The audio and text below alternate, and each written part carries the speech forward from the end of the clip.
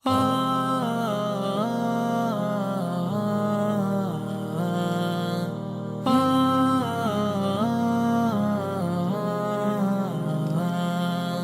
صاحب یہاں بیٹھا کرتے تھے. اصل میں کمرہ بڑا تاریخی کمرہ ہے. اچھا. میرے دادا رحمۃ اللہ علیہ کی نشست ادھر ہوتی تھی. مفتی شفیع رحمہ اللہ کی وہ ادھر بیٹھتے تھے. اللہ اکبر. اور والد صاحب کی جو نشست تھی وہ ادھر ہوتی تھی، اور حضرت دادا رحمۃ اللہ علیہ کی نشست ادھر ہوتی تھی. پھر جب دادا رحمۃ اللہ علیہ کا انتقال ہوا تو پھر والد صاحب ادھر بیٹھتے تھے اور مفتی تقی عثمانی صاحب ادھر بیٹھتے تھے. دونوں کا ایک مشترکہ دفتر تھا. اچھا. اور یہاں سامنے تخصص کے طلبہ بیٹھتے تھے. اچھا. اور ہم چھوٹے چھوٹے سے ہوتے تھے. تو اس طریقے سے یہ پورا کمرہ اس طریقے سے چلتا تھا. دارالفتہ یہ ہوتا تھا جو اب میرا دفتر ہے جس میں میں بھی بیٹھتا ہوں، یہ دارالفتہ تھا. تو حضرت مفتی تقی عثمانی صاحب دامت برکاتہم ادھر ہوتے تھے، والد صاحب مفتی تقی رفیع عثمانی صاحب ادھر ہوتے تھے، اور دادا رحمۃ اللہ علیہ کی نشست اس زمانے میں ادھر تھی. پھر اس وقت کا کمرہ یہ کمرہ بہت پرانا ہے، بہت قدیم کمرہ ہے. یہ دارالعلوم کی بہت قدیم عمارتوں میں سے ایک عمارت ہے یہ. اچھا. پھر والد صاحب کا پھر جب کام بہت بڑھ گیا اور تو پھر حضرت مفتی تقی عثمانی صاحب دامت برکاتہم کا دفتر ادھر چلا گیا جہاں اب ہے، اور والد صاحب پھر ادھر اس جگہ بیٹھتے تھے. پھر جب والد صاحب کو اٹھنے بیٹھنے میں تکلیف شروع ہوئی تو والد صاحب کہنے لگے میں اپنی نشست ادھر رکھتا ہوں. تو پھر انہوں نے ادھر اپنی نشست بنا لی. یہ جو آپ دیکھ رہے ہیں والد صاحب کا، یہ جو ڈیسک ہے والد صاحب کی، یہ ہمارے دادا رحمۃ اللہ علیہ کی تھی. دادا رحمۃ اللہ علیہ کے پاس سے تھانوی رحمۃ اللہ علیہ کے پاس سے آئی تھی. یہ وہاں اس زمانے کی ہے. یہ حضرت تھانوی کے دور کی ہے. جی جی جی جی. اللہ اکبر. اتنی قدیم اور ایسے لگ رہی ہے کہ بالکل نہیں ہے. وہاں سے پھر مفتی شفیع رحمہ اللہ کے پاس آ گئی، پھر ان کے پاس ادھر آئی. تو والد صاحب اس کا بڑا بڑا بڑا خیال فرماتے تھے. اور یہ اب یہاں ہی رکھی ہوئی ہے. یہی رکھی رہتی تھی. تو یہ والد صاحب کا یہ وہ ہے، یہ کی اپنی جگہ ہے، نشست ہے. اور یہ والد صاحب کی ٹوپی ہے. یہ جو لوگ لا کر تحفے میں دیتے تھے، ادھر والد صاحب کو ہمارے جو حضرات دیتے تھے وہ یہ چیزیں یہاں پر رکھتے تھے. بس اب دیکھ کر یاد ہی رہ گئی ان چیزوں کی. اچھا، ہدایت کے بارے میں حضرت کے کیا معمول تھا جو آتے تھے؟ بڑا اچھا سوال آپ نے کیا، اور یہ ہمارے ملک کا بھی آج کل مسئلہ چل رہا ہے. دیکھیے، یہ والد صاحب کا اپنا تحریریں ہیں لکھی ہوئی اپنے قلم سے. یہ میرا نام بھی والد صاحب نے اپنے قلم سے لکھا ہوا ہے. بذریعہ فارم ہاضہ، پتہ نہیں کس وجہ سے لکھا ہوگا، بہبود فنڈ. اچھا، یہ بات میں بتانا بھول گیا کہ والد صاحب نے میں جو آپ نے میرے سے سوال کیا تھا میں بتانا چاہ رہا تھا رہ گیا. وہ یہ تھا کہ ایک تو لوگوں کی اپنی مدد کرتے تھے. دوسرا والد صاحب کا یہ معاملہ تھا کہ اپنے بس میں جتنی ان کی تنخواہوں میں اضافہ ہوتا تھا وہ کرتے تھے. کچھ عرصے سے والد صاحب نے اپنے ذرائع سے یہ کوشش شروع کی تھی کہ جو دارالعلوم کے قدیم لوگ ہیں اور انہوں نے دن رات دارالعلوم کے اندر وقف کیا ہوا ہے اور وہ اپنا مکان نہیں بنا سکے دارالعلوم کی خدمت کی وجہ سے، تو اپنے دوست احباب کو کہہ کر، دارالعلوم کے فنڈ سے نہیں، دوست احباب جو مخیر حضرات ہوتے ہیں ان سے کہہ کر ان کے لیے کچھ چھوٹے موٹے مکان کا انتظام کرتے تھے. اور ایسے دارالعلوم کے میں نام نہیں لوں گا اس وجہ سے کہ اس میں ان کی پردہ داری رہے، لیکن دارالعلوم کے کافی قدیم لوگوں کے جب وہ دارالعلوم سے چھوڑ کر گئے یا ان کے ہاں انتقال ہوئے، انہوں نے مکانات بنوا کر دیے. اور وہ یہ کہتے تھے کہ انہوں نے دارالعلوم کو وقت دیا، میں چاہتا ہوں ان کا ذاتی مکان ہو ان کی زندگی میں. ایک نہیں، بے شمار لوگ ایسے ہوں گے، اساتذہ میں، ملازمین میں. تیسرے نمبر پر والد صاحب کا یہ معمول نے ابھی یہ کام شروع کروایا تھا، سب کے مشورے سے ہوا کہ ہم نے اپنا بہبود فنڈ قائم کیا، جیسے پرائیویٹ فنڈ ہوتا ہے نا اس ٹائپ کا، تاکہ ریٹائرمنٹ کے اوپر ان کو ایک بڑی رقم ہاتھ میں مل جائے کسی کو بھی، اور وہ ان کا ہاتھ میں آ جائے. اچھا، تحائف کے بارے میں کچھ بتا رہے تھے؟ ہاں، تحائف کے بارے میں یہ بتا رہا تھا کہ والد صاحب کا عجیب معمول تھا تحائف کے معاملے میں. جن سے کوئی کام وابستہ ہوتا دارالعلوم کا ان سے تو تحائف لیتے ہی نہیں تھے. مثلا کوئی آرکیٹیکٹ ہے، کوئی انجینئر ہے، کوئی سپلائر ہے، کسی سے ہم دارالعلوم کے لیے مال خریدتے ہیں، قربانی کے دنوں میں جانور خریدے جا رہے ہیں، یا کوئی اور اس طرح کے سیمنٹ آ رہا ہے، سری آ رہا ہے، ان لوگوں سے ٹھیکیدار ہیں، ان سے کبھی کوئی ہدیہ نہیں لیتے تھے. اور پیش کرتا تو منع کر دیتے سختی کے ساتھ. اور اگر ان کو یہ پتہ چلتا کہ فلانے نے دارالعلوم کے کسی آدمی کو ہدیہ دیا تو وہ سخت ناراض ہو جاتے تھے. ایک آدمی نے، میں نام نہیں لیتا، ایک آدمی نے دارالعلوم کے ایک آدمی کو عمرہ کروایا.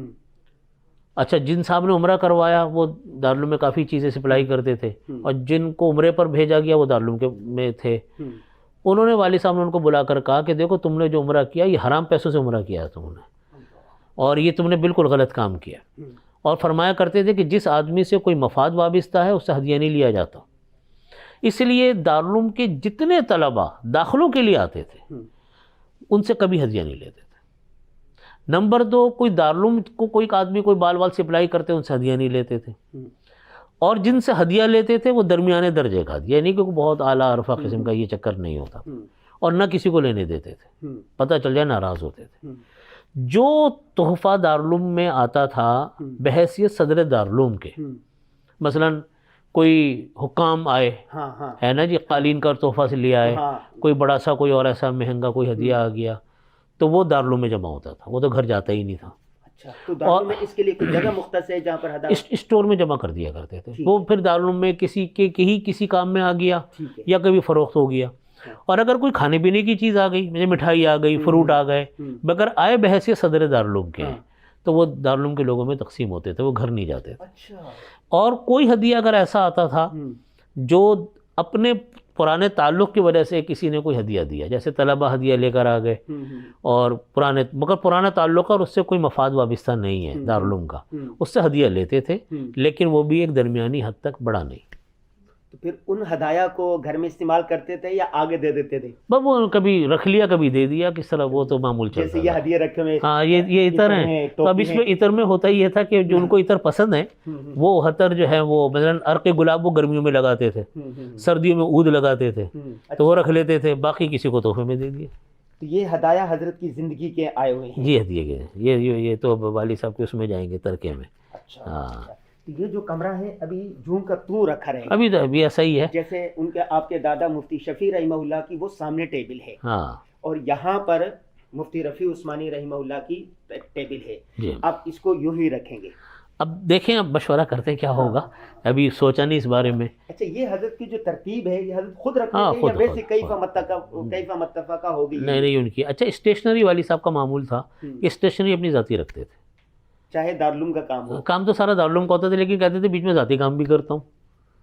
مثلا یہ کہ اپنا، جیسے میں نے کہا تھا کہ دارۃ المعارف ہے ہمارا کتابوں کا، تو اس کا بھی کوئی کام آ جاتا تو لکھنے پڑھنے، وہ سارا سامان وہیں سے آتا تھا. اس کا بہت اس حد تک اہتمام تھا کہ یہ پینسل، یہ سب یہ پینسل، ربڑ، یہ اسکیل وغیرہ، پین وین، یہ سارے وہ اپنے ذاتی استعمال کرتے تھے. اس میں دارالعلوم سے متعلق چیزیں یہ، ہاں بس یہ کوئی تحفہ وفہ آیا ہوگا اس کے اندر، کوئی چیز ہوگی، شیلڈ آئی ہوگی، یہ رکھتے تھے. اور یہ ساری فائلیں اچھا، ہمیشہ سے والد صاحب کا معمول تھا. اب وہ کہتے تھے کہ میرے دارالعلوم میں مہمان آتے ہیں، میں ان کے ساتھ کھانے پہ بیٹھتا بھی ہوں، چائے پہ بھی بیٹھتا ہوں، اب دارالعلوم کا پیسہ میں کیسے لگاؤں؟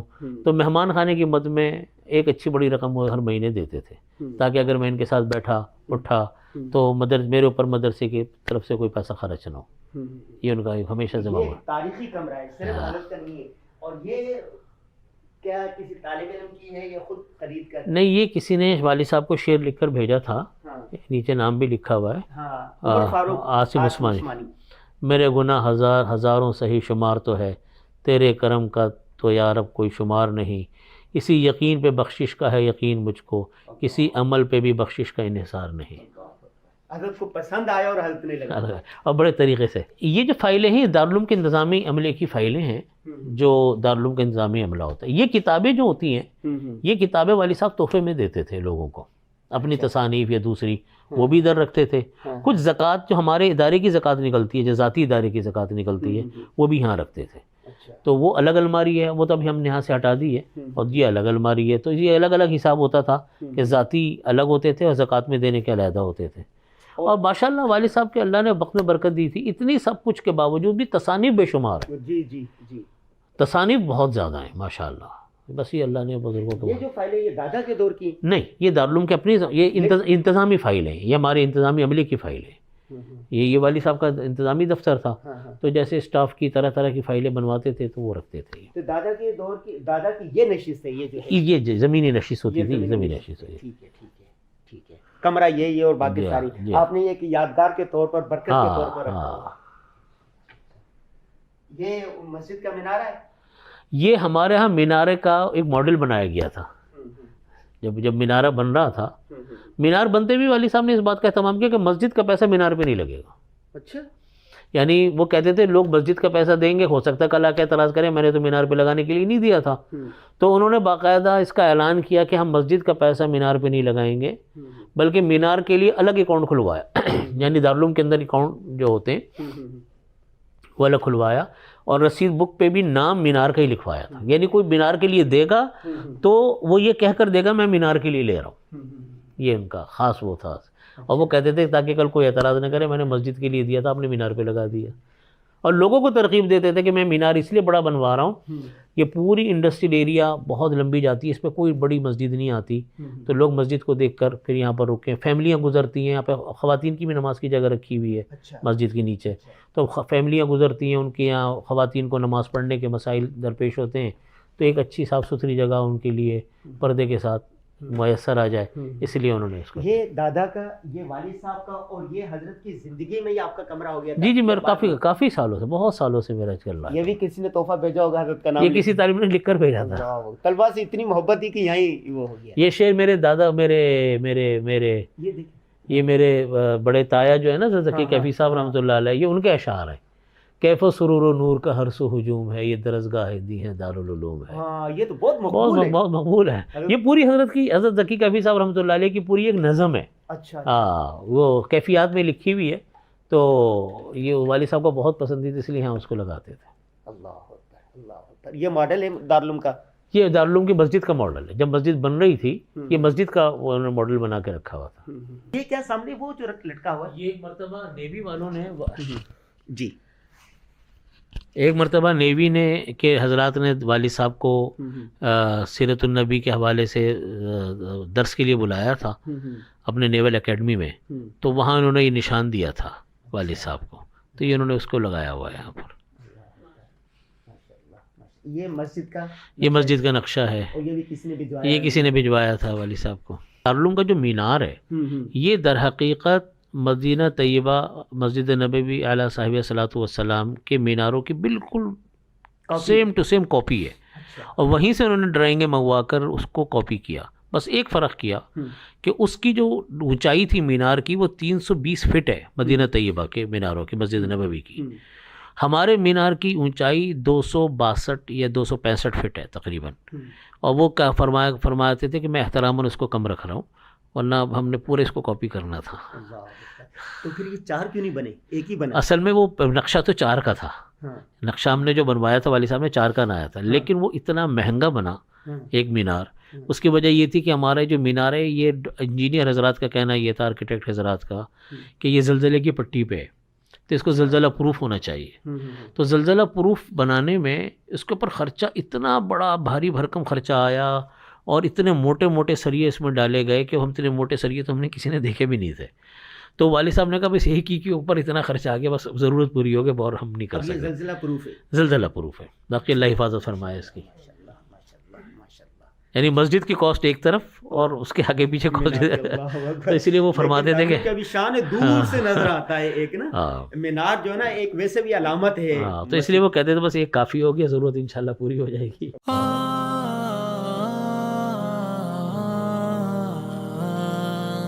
جب ہمارے جامعہ دارالعلوم کراچی کی جو جامع مسجد ہے اس کے جب دروازے بن رہے تھے تو ہمارے ایک بڑھئی تھے، کارپینٹر تھے خیر محمد، ان کو والد صاحب نے کہا تھا کہ میں دروازے اس طرح بنوانا چاہتا ہوں جیسے حرم نبی علیہ صاحب صلاۃ والسلام کے دروازے ہیں.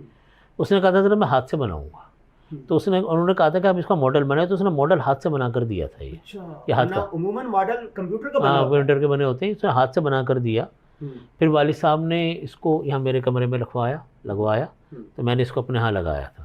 پورے دروازے اسی کے بنے ہوئے ہیں. برما ٹیک ہے، یہ پورے دروازے سارے برما ٹیک کے دروازے ہیں. ہاں، برما ٹیک مہنگی ترین لکڑی ہوتی ہے، اور آپ نے دیکھا ہمارے دارالعلوم کی مسجد میں بے تحاشا دروازے ہیں، تو سب ہاتھ کے بنے ہوئے ہیں. کارپینٹر کے. ہاں اور یہ بالکل آپ اگر دیکھیں ماڈل بھی اصلی بنا کے دیا ہے کمپیوٹر میں ہوتا ہے. بالکل مسجد نبوی علیہ صاحب صلاۃ والسلام کی کاپی ہے یہ. دوسری چیز میں آپ کو یہ دکھانا چاہ رہا ہوں جی. کسی ساتھی نے یہ والد صاحب کی سندات کی یہ جتنے بھی یہ دیکھیے یہ بڑا عجیب نقشہ, اس کا نقشہ لے لیں, یہ بڑا کام کا دیکھیں. یہ نیچے جو آپ دیکھ رہے ہیں یہ ان دو طالبوں نے یہ ترتیب و تحقیق دو طالبوں نے کی ہے, محمد عثمان غنی صاحب والی, محمد عابد کراچوی. والد صاحب اور حضرت مولانا والد صاحب رحمۃ اللہ علیہ, حضرت مفتی تقی عثمانی صاحب دامت برکاتہم, ان حضرات کا جو سلسلہ تعلیم چلا وہ تعلیم چلتے ہوئے نبی کریم صلی اللہ علیہ وسلم تک کیسے پہنچا, تمام کتابوں کی سندات کے ساتھ. یہ وہ ہے یہ تمام کتابوں کی, عموماً بخاری شریف کا ہوتا ہے. نہیں سب کی ہے یہ. اب یہ دیکھیں یہ جو ہے نا یہ حضرت مفتی رفیع عثمانی صاحب اور حضرت مفتی تقی عثمانی صاحب, ٹھیک ہے نا, جن سے اجازت حدیث لی, جن سے وہ لیا, یہ سارے ان کے نام لکھے, ان کے اساتذہ میں یہ سب لوگ شامل ہیں. پھر ان کا سلسلہ حضرت قاری طیب صاحب رحمۃ اللہ علیہ کا سلسلہ یہ ہے, حضرت صبر احمد عثمانی رحمۃ اللہ علیہ کا, یعنی ان سے اجازت حدیث لی اور ان اساتذہ بعض اساتذہ ان میں سے وہ ہیں جن سے پڑھا, ٹھیک ہے نا جی. تو یہ ان کا سارا سلسلہ آپ دیکھ رہے ہیں یہ ہے. مطلب مادر ادریس صاحب رحمۃ اللہ علیہ ہیں تو ان کا سلسلہ یہ ہے. یہ سارے سلسلے جا کر مل گئے حضرت کس کے اوپر, حضرت شاہ ولی اللہ رحمۃ اللہ علیہ پر. پھر شاہ ولی اللہ رحمۃ اللہ علیہ سے جو سلسلے چلے وہ یہ سلسلے چلے, یہ سارے سلسلے جا کر ان والے سلسلوں پر مل گئے, سیاہ ستہ کے سلسلوں پر. پھر سیاہ ستہ سے جو سلسلے چلے وہ حضرت امام ابو حنیفہ رحمۃ اللہ علیہ سے ہوتے ہوئے یہ صحابہ کرام تک, صحابہ کرام سے نبی کریم صلی اللہ علیہ وسلم تک. یہ عجیب نقشہ ہے, یہ تصوف کا سلسلہ بھی ہے, تصوف کا الگ سلسلہ ہے. تصوف کا بھی ہے. ہاں یہ محمد شہباز ان کا بھی نام ہے اس کے اندر ناشر میں. جی یہ تصوف کے سلسلے یہ ہیں, ٹھیک ہے نا جی. بہت ایک میں نے کتابی شکل میں ہونے چاہیے تاکہ لوگ یہ فائبر کا کسی نے نبی کریم صلی اللہ علیہ وسلم کی جو مہر مبارکہ ہے اس کا عکس بنا کر کسی نے دیا تھا, تو وہ یہاں لگایا ہوا ہے. آپ کو دیا تھا یا نہیں, والد صاحب کو دیا تھا, پھر انہوں نے کہا تھا کہ لگا لیں اس کو, تم نے یہاں لگا لیا تھا اس کو.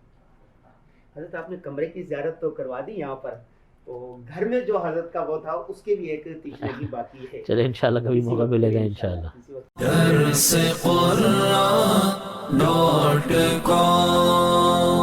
www.darsequran.com